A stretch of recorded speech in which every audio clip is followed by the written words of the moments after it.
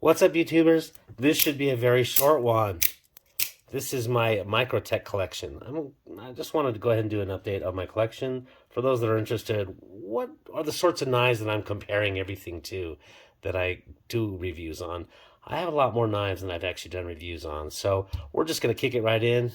We did the Hinder, or I did the Hinder, the ProTech, and now I'm going to go ahead and do the Microtech, followed by the Chris Reeve after that. So this is the Ultratech. This is kind of their standard out the front. Very small, very durable, extremely, you can beat this thing up like nobody's business. This particular one I have has this nice blood splatter pattern. It's not real blood, by the way. This is actually just essentially paint or burnt on paint, cooked on paint, however, but it doesn't wash off. So for those people on YouTube that might be otherwise watching this, to see if, oh my god, there's blood. Now, this one has roughly a 3¼ inch blade, I want to say. Yeah, that seems to be about right. They also sell the Ultratech in a .85 or an 85% the size of the Ultratech, and then there's a 70 as well. I have used this, and I will be, when I do the my full review of this one, I was beating up a whole bunch of Scotch bottles and testing out all of my glass breakers. And this one didn't fare as well, primarily because it's very rounded, but it's definitely tungsten carbide because it broke the glass, and you can see that it suffered a little bit of damage there. So that is in fact the Ultratech. Let's go ahead and pull out the LUDT, Large Underwater Demolition Team. This one I got in the, I don't know why, I guess I just go for those zombie or apocalyptic. This is the apocalyptic finish.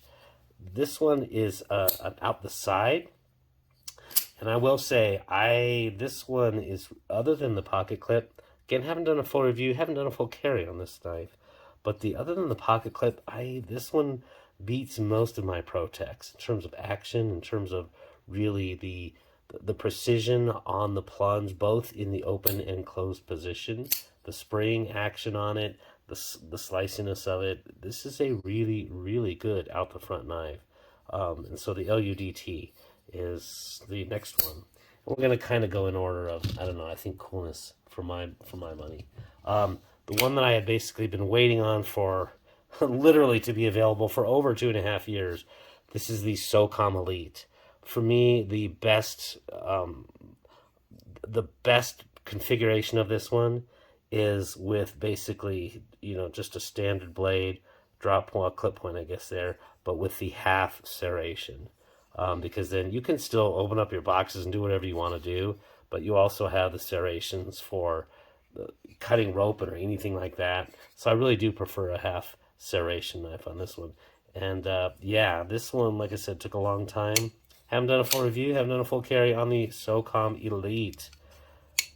The sister knife, the Socom Bravo, this is the one that's actually outsourced to Reich in China.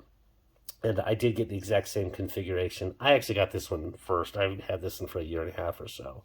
But this is actually the carbon fiber, titanium, and fancier version.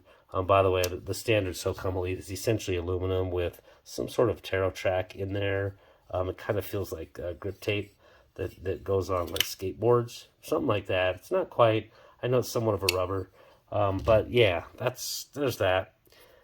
So this is the kind of premiumized version. You've got your, you've got your fancier steel. This fuller, actually, I don't like this fuller at all compared to the regular aluminum one in the USA. I will say that the carbon fiber is very nice. I do prefer the tip-up carry of this one, and it's definitely more of a, I don't know, if you want to be tactical fancy pants, that's what I would probably call this one, the Socom Bravo. Last two here.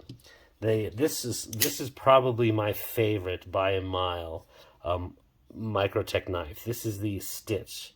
This is a collaboration with Bastinelli Knives, which is, oh gosh, Sebastian Berengi, I think is his name, is the designer of this. And it's just, it fits the hand so perfectly. It is, you have that nice choil forward. You can go back. This one, oh, this knife is just, I mean, it looks nasty, but it's actually very effective and good.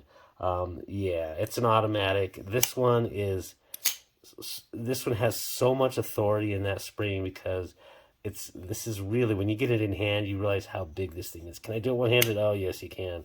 I don't suggest normally opening or closing this one-handed, just because the spring is so ridiculously strong. In fact, let me show you the plunge on this thing. Right there, you can see as I push that in, and then let's watch that plunge go into position. It doesn't go exceptionally deep. That's okay, but dang, it's got a huge radius on it. So this thing is, as an out the side automatic, this is probably as badass as you get, for my money. So yeah, that is the Stitch. And then the last one, which is the unobtainium. Really, it's tough to find these. This is the full size Hellhound edition. Okay, it's been so long since I held it. This is the Combat Troodon or Troodon. I'm not sure, but it has the Hellhound ground blade, which is probably the least practical and most ridiculous, but just makes you smile sort of blade. So it's basically a Tonto, kind of more of a traditional, but yet it still does have a sharper point there. So it's not quite a Japanese Tonto. Not really compound ground. This is flat, and then you have a flat there. Then you have this release wedge up here, which, basically it's not, really like a Persian. Then you have this jimping up here and these holes and this fuller. You have just about everything you could possibly ever want or not want on a blade, and it's just, this thing definitely fires with massive authority. I want to say this is about a 4-inch blade. Yeah, this is a 4-inch blade, or pretty darn near. Again, haven't done a full carry on this one, and I'm not going to be using this this carbide tungsten back glass breaker there. This is just kind of a crazy knife that is, tough to find. These don't come out overly often, and it's tough to hear. Maybe I can get it. It has a ting that when it releases and your hands aren't squeezing on this one, the aluminum just resonates in the most amazing sound. So as an out the front goes, this is probably sometimes it's really hard too. This is absolutely insanity. So just to go over those real quick, we have the Ultratech, we have the LUDT Large Underwater Demolition Team, we have the Socom Elite, we have the Socom Bravo, we have the Microtech Stitch, and then we also have the Combat Troodon Hellhound Edition. That is the extent of my Microtech. Of the Ultratech, or not Ultratech. I forgot what this one's called. Gosh, let me pause this.